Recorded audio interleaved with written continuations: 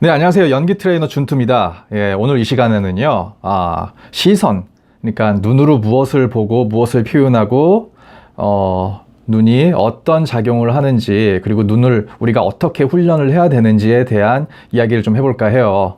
네, 시선인데요, 오늘은요. 네, 시선. 자, 연기하시는 분들이 일단 대사와 감정에 충실한 나머지 시선을 어디다가 둬야 될지를 초보분들은 잘 모르세요. 그래서 시선에 관한 이야기를 좀 할까 하는데요. 자, 시선은요, 쉽게 말해서 누구를 보는 거, 그리고 누구를 생각할 때, 어떤 사람을 생각할 때, 그리고 무엇을 생각할 때, 그리고 내가 어떤 감정을 갖고 있는지 그걸 보여줄 때, 이럴 때 사용하는 게 시선입니다.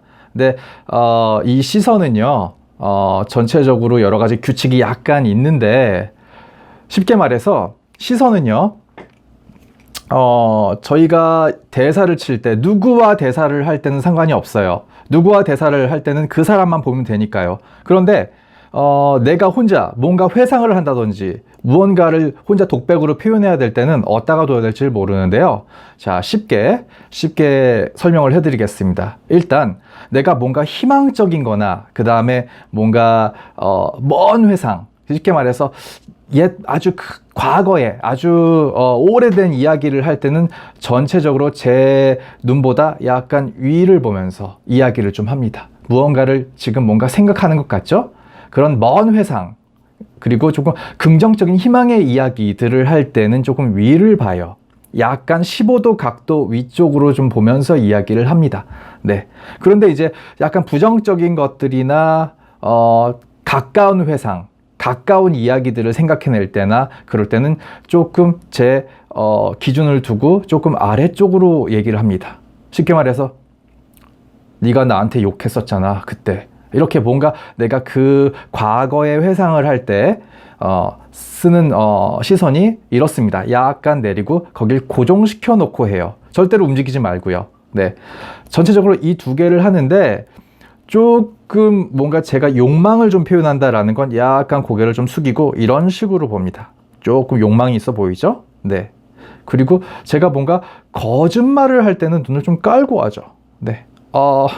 이런 식으로요. 그죠? 네. 이걸 이렇게 고정시켜 놓고 연기를 하는 게 시선입니다. 네. 그 시선은요, 그렇게 어려운 게 아니고요. 내가 눈을 어디다가 고정시켜 놓느냐가 핵심이니까요. 그리고 이제 시선 공부를 할 때는요, 여러분들이 간단하게 이제 집에서나 뭐 어디서나 할 수 있는 게 어떤 거냐면요. 시선은 일단 눈을 보내고 고개를 같이 보냅니다. 쉽게 말해서 제가 눈을 일로 보냈으면 고개가 따라갔죠. 저쪽으로 눈을 보낼 땐 눈부터 가고 고개가 따라가요. 저쪽을 볼 때도 눈부터 가면서 고개가 천천히 따라가죠. 고개는 천천히 뒤에 오죠. 눈 가볼까요? 따라가죠. 이렇게 고개가 조금 뒤로 천천히 옵니다. 네.